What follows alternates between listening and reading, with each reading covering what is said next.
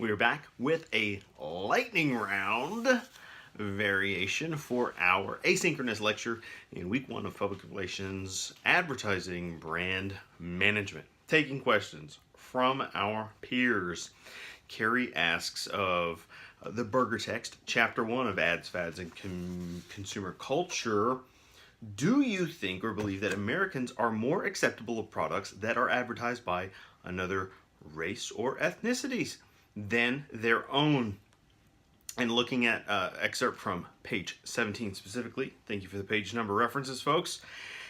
It is less of an issue than ever with an overwhelming majority of people, and I think we're seeing this sort of erosion of those ethnocentric taboos in advertising over time, and all the better, right?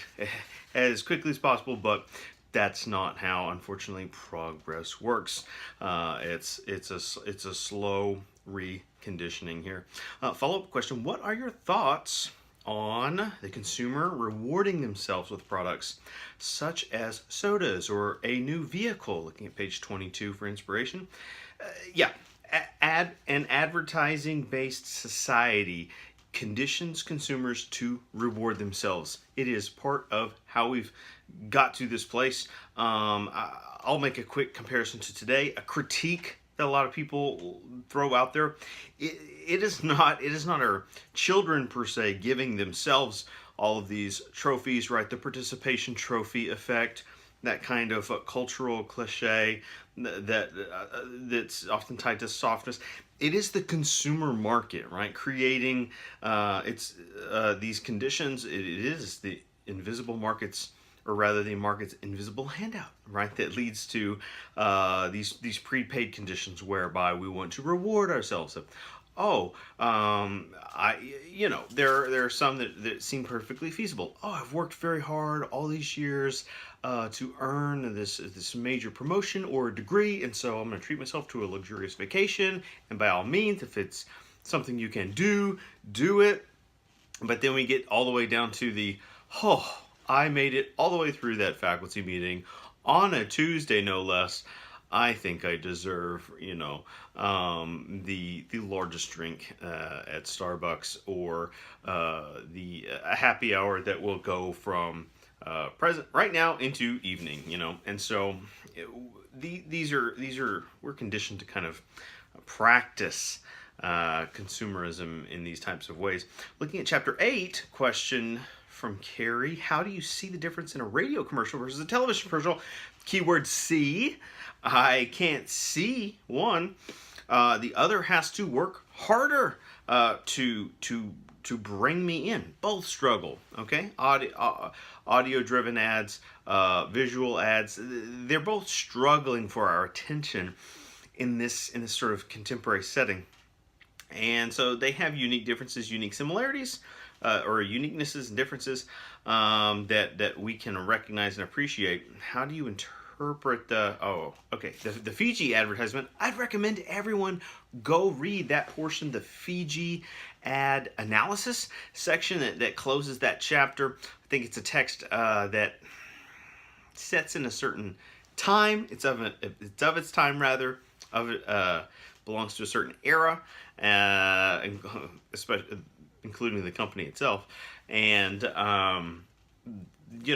Berger's doing analytic work, and he's sort of walking us through some norms of advertising and marketing traditionally, at least in that period of probably 1960s to early 2000s America, like U.S. culture, and some of those mediums are less relevant, some are as relevant today, but all of it's important that we look at and assess. A question from in the Integrative Marketing Communication book, the Blakeman text, question asks, do you think that there are still brand loyal people, as referenced on page 9? Yes. Most thriving brands or companies are thriving because of brand loyalty. We will continue to see and study and discuss how it is the loyalty that fuels many of these brands, and they that brand loyalty becomes a kind of a necessary mechanism whereby the brand can grow, can stabilize, rather than erode.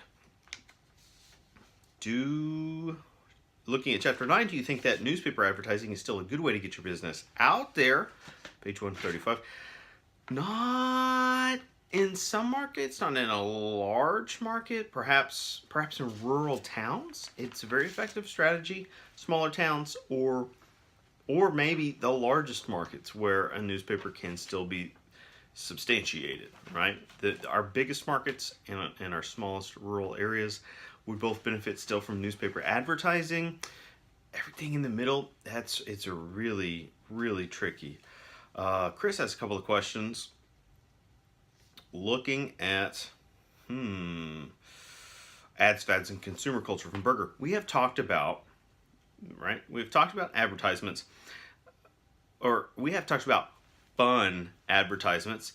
And brought up the thought of casino ads. You always see people smiling, having a good time, showing off they're winning. And part 3 of the text talks about attracting that stimulation of people. Walking into a casino has many stimulations with sights and sounds. And my question is, how much responsibility does a company advertising have when it comes to addictions of their product? Page 172. 0 would be my answer. Not that I'm happy about it. As to call back our very first or part of this this lecture response, but they have 0 responsibility most of the time, except to their boards, all right, the board of directors, owners, shareholders, if it's a publicly traded company. And I think this is one of those areas where it's a gray area, where some organizations, casinos, they are thriving on profiting off of people that come in with stars in their eyes, or just coming in to have fun. Whoever's coming in the door, their job is to keep them in there as long as possible, to drain them of as much as possible. And that's why everything continues to be shiny, even if if you turned all the lights on, it might be a little dingy, a little smoky, right? A little dirty on the carpets in places. Second question, looking at page 177, Berger, I don't completely disagree with the Marxist interpretation. In theory, some things are true, like his critique on sexuality. However, how have things like the Me Too movement changed the way advertising is able to portray women? Has it, and I'm not sure has it been impacted, or have companies been able to gain from it? The response I would have here is that, regardless of how you feel about, a given issue, this term feminism in general, which oftentimes gets reloaded and redefined sort of in a highly negative capacity when it's not necessarily that one singular thing. It's a much more complicated term with deeper meanings, multiple movements, enormous history, okay? And so I say all that to say, feminist movements, plural, have had profound impact on moving culture away from sexist advertising. But we will never probably move completely away from it, just as sports culture, we may see advertising objectify the female body and female sort of sensuality, but sports culture arguably objectifies the male body as well as the female body. I mean, look at the way the Olympics are covered, the kind of the way we glorify it. And guess what? That's not a new idea either.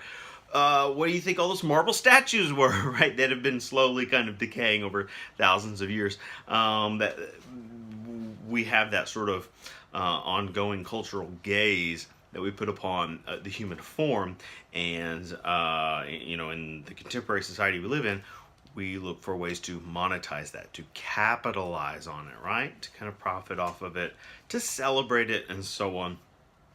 So there have feminist movements have had a positive impact on like decreasing just overt, to use the term in Jason's inquiry, sexploitation in advertising. So good critical eye on the move out there.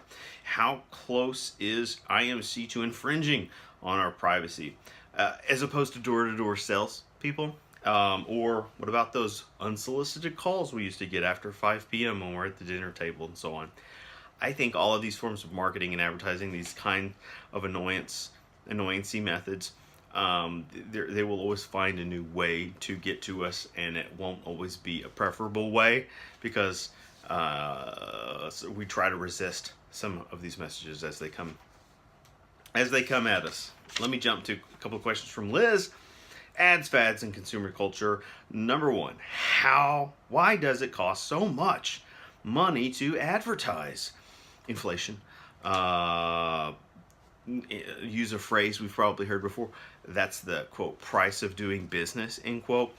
Because it's not set up to reward everyone, right? That's often a dirty secret and an open secret, in a free market society.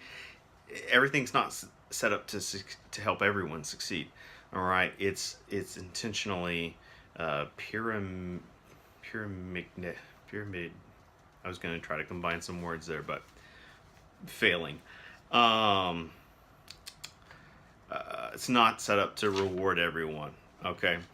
Max Weber, new question, stated that wealth is directly, quote, willed by God, end quote. There are tons of people in this world where wealth affects people negatively. Bingo. Good observation there. Therefore, is Max Weber's statement true? No. Is it a will from God? Well, a lot of people want to tell you that, right? And we've had no shortage in human history of prognosticators and self-proclaimed prophets that feel like they can speak from God. But we've had while there's plenty of people with positive intentions, we've had people that try to interpret everything as a kind of a blessing and a curse, right? Divine intervention, divine blessings, divine curses, and these are varying theological positions, right?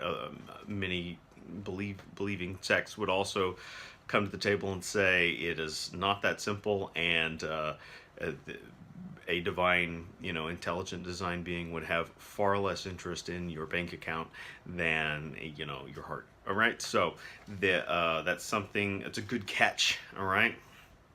Additional question: Do all or most ads have a deep meaning and use semiotics that requires us to deeply analyze it? Bing. The best ones do. Most do. Some do not, and I think that's a cool question we could ask. Why are perfume ads so sexual? Well, sense of smell is powerful, all right? So we want to think about it's linked to sensual feeling. Again, primal. And also, because men, right? The original advertising agencies were heavily male dominated, and so they were advertising and using tactics that they relate to rather than broader people would relate to. A lot of co-opting there. Gosh, so many great questions. I just have time for a couple more. We were kind of short on time here. Dana asks, should there be a limit on the number of advertisements a political candidate can run? God bless you. Would this level the playing field for candidates with less money? Does it violate the First Amendment to enforce a limit? Would it lessen the public's disgust with advertising during their campaign season? Bravo, Dana. Yes. Thank you. Right. For making these points. There are supposed to be some restrictions, but people always find a way around it. Parties always find a way around it. Super PACs, right? This is a whole nother course of discussion we can have. Probably it's more important to make money though and win than to tell the truth. And I'm not trying to be flippant. I'm just sort of performing what I feel like our society reflects at times. Are commercials really the most powerful form of advertising, and why? One word answer here to close this out: storytelling. Commercials are the most powerful method of advertising because storytelling. We're storytelling creatures. We're storytelling humans. Look forward to more storytelling with you all. Discussions to come. Thank you for tuning in.